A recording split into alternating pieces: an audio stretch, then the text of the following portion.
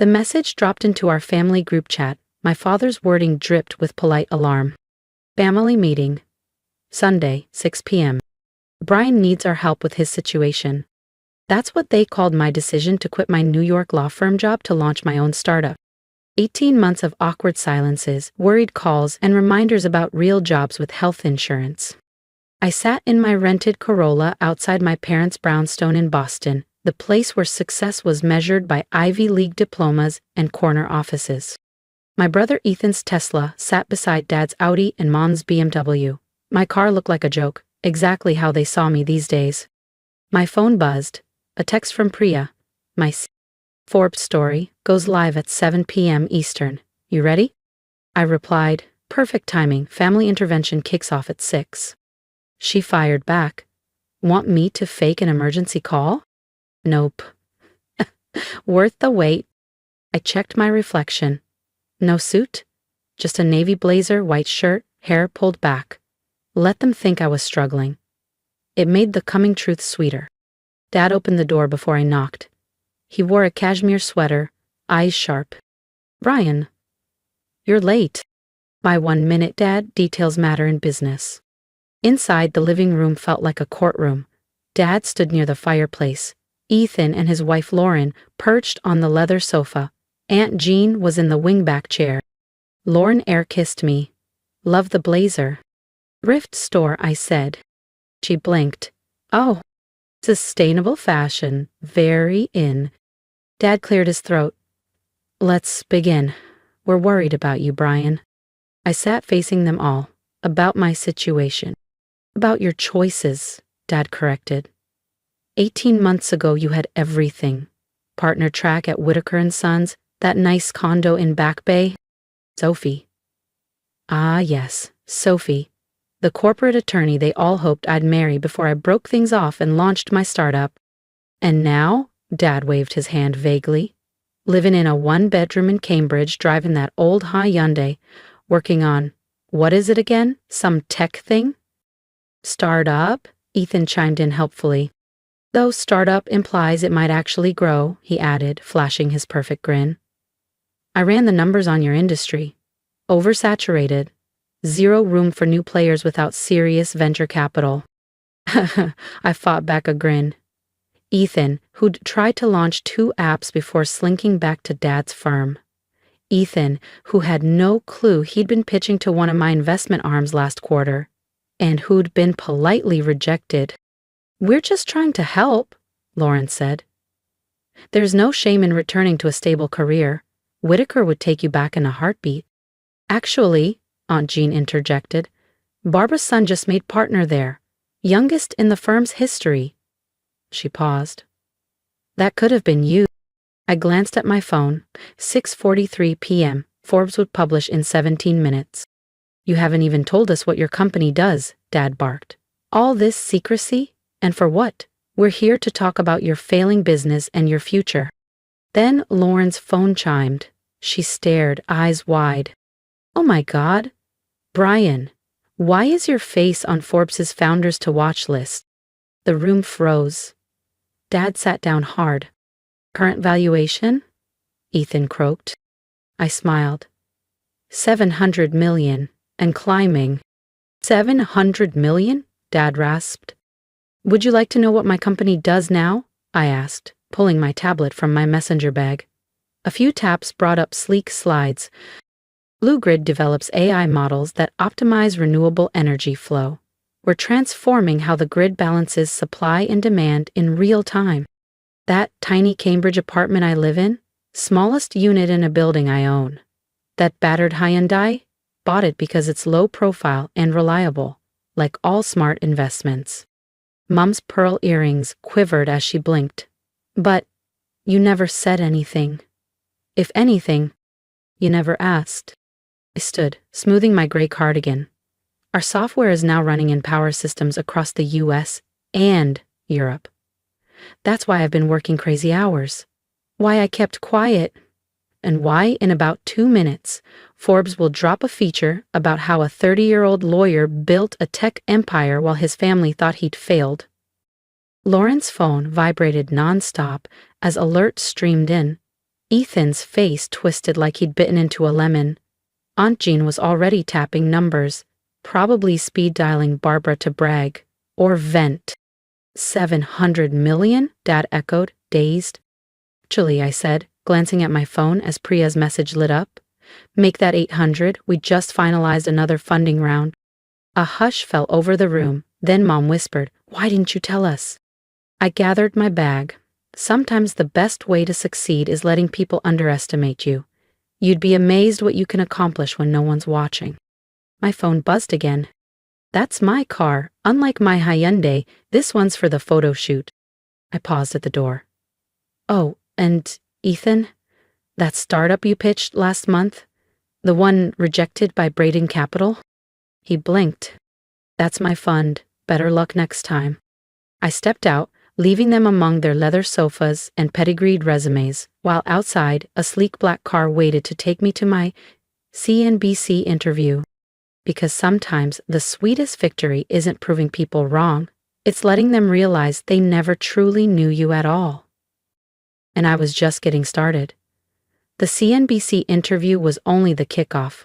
By midnight, my phone was a fireworks show of notifications. Old law school classmates suddenly recalling how tight we'd been. Third cousins I hadn't heard from in a decade, claiming they'd always believed in me. And most predictably, a string of frantic messages from my family. Mom, Brian, please call us. We need to talk. Ethan, why didn't you tell me? I'm your brother. Lauren, about Ethan's pitch? Maybe we could talk over lunch? Dad, I don't understand. You built all this and told no one? I ignored them, scanning instead the update from Priya. Stock up 14% after the Forbes piece. Tokyo markets look strong, ready for tomorrow's board meeting. The next morning, I strode into Blue Grid's HQ, a sleek tower rising over Boston's financial district. My name was etched in brushed steel by the entrance. The security guard nodded.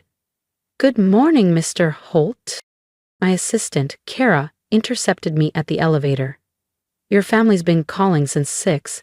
Your mother even tried sweet-talking reception. I chuckled. Protocol held. Of course. Any other drama? Kara hesitated. Your brother's wife posted on LinkedIn, singing your praises. PR wants to know if you'd like to comment. Not necessary. Let her enjoy the spotlight. My office crowned the top floor. Privacy glass, minimalist decor, whiteboards layered in code and energy forecasts. Silent monitors rolled news banners. Brian Holt, disruptor of the energy grid. Blue Grid's founder steers AI into the future. A knock at my door broke my focus. Mr. Holt, your 9 o'clock is here. I turned, expecting a venture meeting.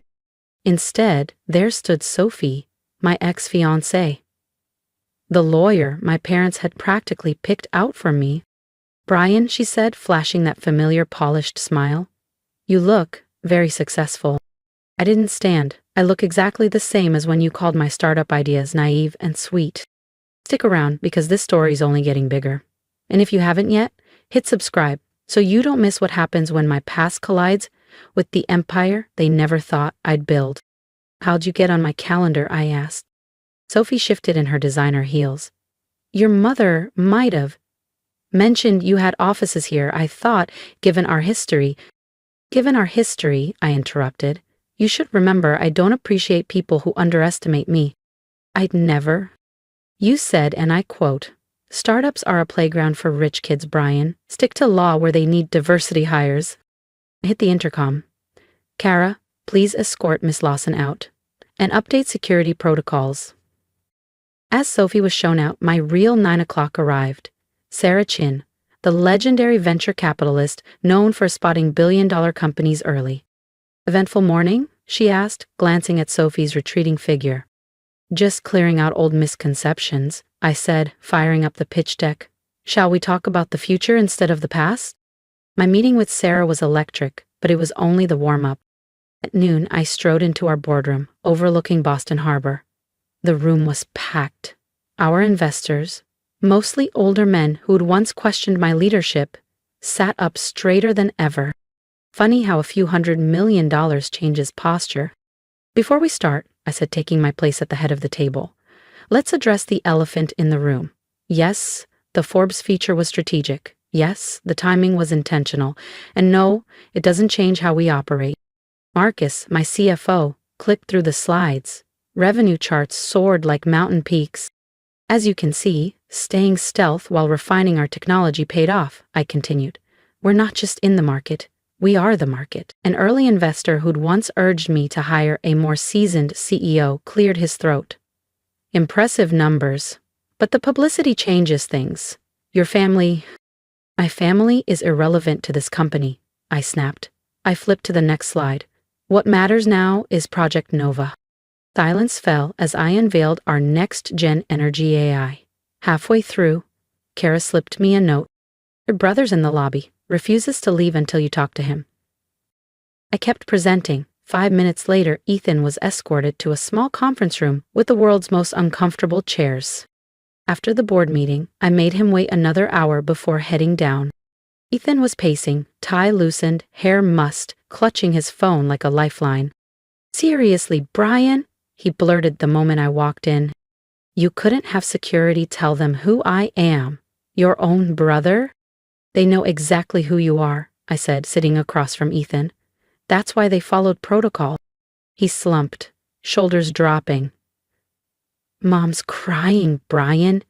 Dad hasn't been into the office. They feel betrayed. Betrayed? I arched an eyebrow. By what? My success? My independence? Or the fact they can't claim credit for it? It's not like that, he said. We're family. We should have been part of this. Like you made me part of your life? I shot back. All those dinners where you and Dad bragged about your deals, your bonuses, your golf outings with partners, while Mom introduced me as Brian, figuring things out? Ethan winced. That's not fair. You never asked. You were too busy assuming I'd failed to notice I was building an empire.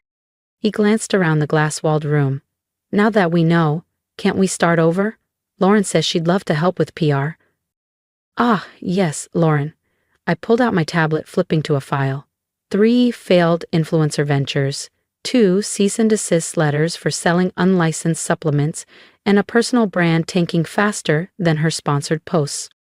Ethan's jaw dropped. How did you? I know everything about anyone trying to attach themselves to my company, including the fact that Lauren's been telling investors I'm unstable. Amateur hour, I believe she called it. Ethan's face drained of color. She wouldn't. I tapped the screen.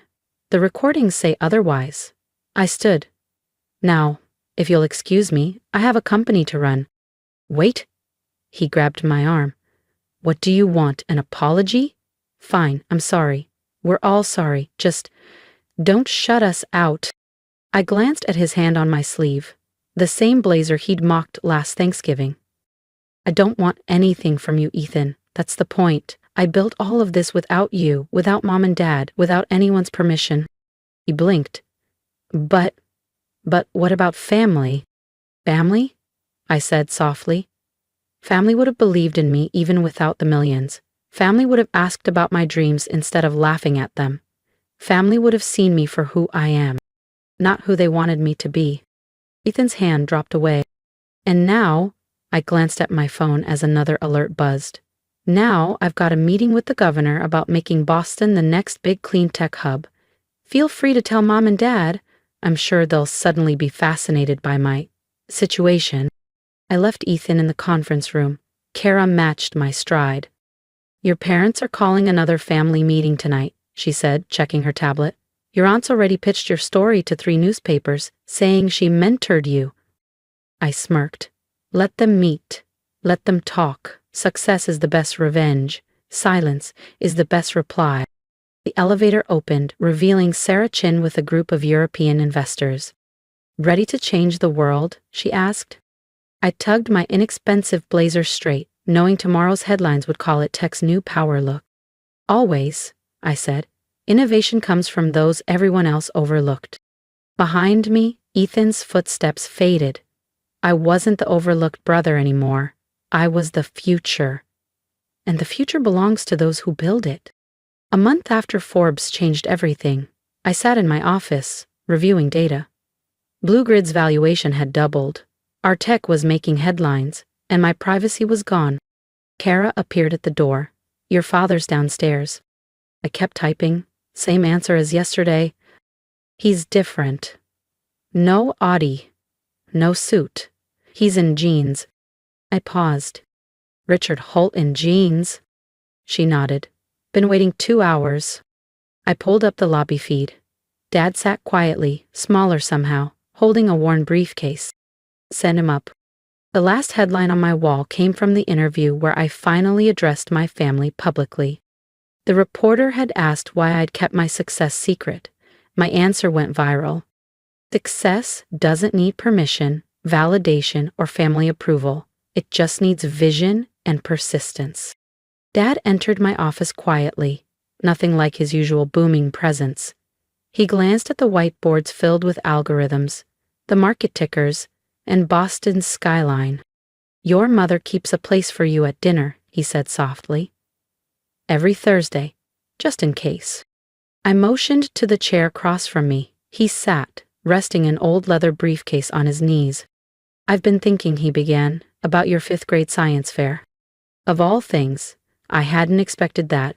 You built a neural network. Everyone else had baking soda volcanoes. You had algorithms.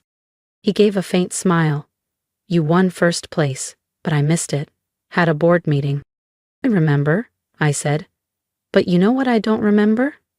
You ever asking how it worked, or why I cared about AI. He opened his briefcase and pulled out a stack of papers. So I did some research. He spread out patents, academic papers, old business proposals, my work, dating back years. You filed your first patent at 19, he murmured. Built your first AI protocol at 22. Launched startups under other names while we thought you were... What? Finding myself, I said, being difficult.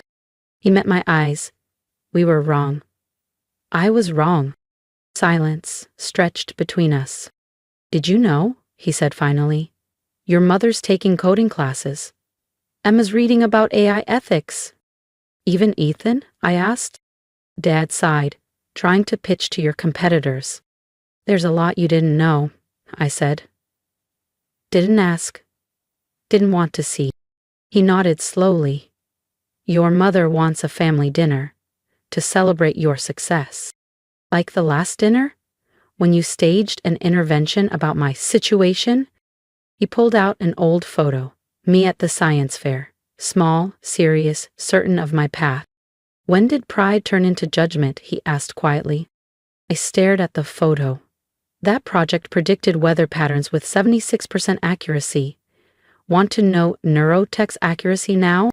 He leaned forward. What is it? 99.997%. I turned my monitor, showing our results. We're modeling climate change, markets, migrations, saving lives, preparing for what's next. Understanding flickered in his eyes. Show me, he said. So I explained, drawing diagrams on my whiteboard. Dad listened, asked good questions. Afterward, he said, Bennett Global's struggling. The old consulting model's dying. Everyone wants AI. I know, I said. I'm not here to ask for help. I'm here because I'm proud of you. Not for your success, but for building something none of us saw coming. I glanced out over Boston. The next family dinner. Let's have it here. I'll give them a tour. No more assumptions. Dad nodded. Thursday at 7? Thursday at 7. Tell Mom to wear comfortable shoes. It's a big building. He paused at the door. That quote about success not needing permission, I'm framing it for my office. After he left, Kara entered. Your mother called 3 times. Ethan sent flowers. Donate them, I said, and clear my Thursday evening. That night, I hung a new headline on my wall. Tech CEO redefines family business. Underneath, I pinned my old science fair photo. Sometimes the hardest part of success isn't building the empire. It's teaching people to see who you've become. If you've ever felt underestimated, I hope my story reminds you that quiet work can build empires. Drop a comment and tell me your dreams. I'd love to cheer you on. And if you believe success doesn't need permission, hit subscribe so we keep growing together. My advice? Don't wait for approval, build anyway. One day, the people who doubted you will be asking for a tour of your empire.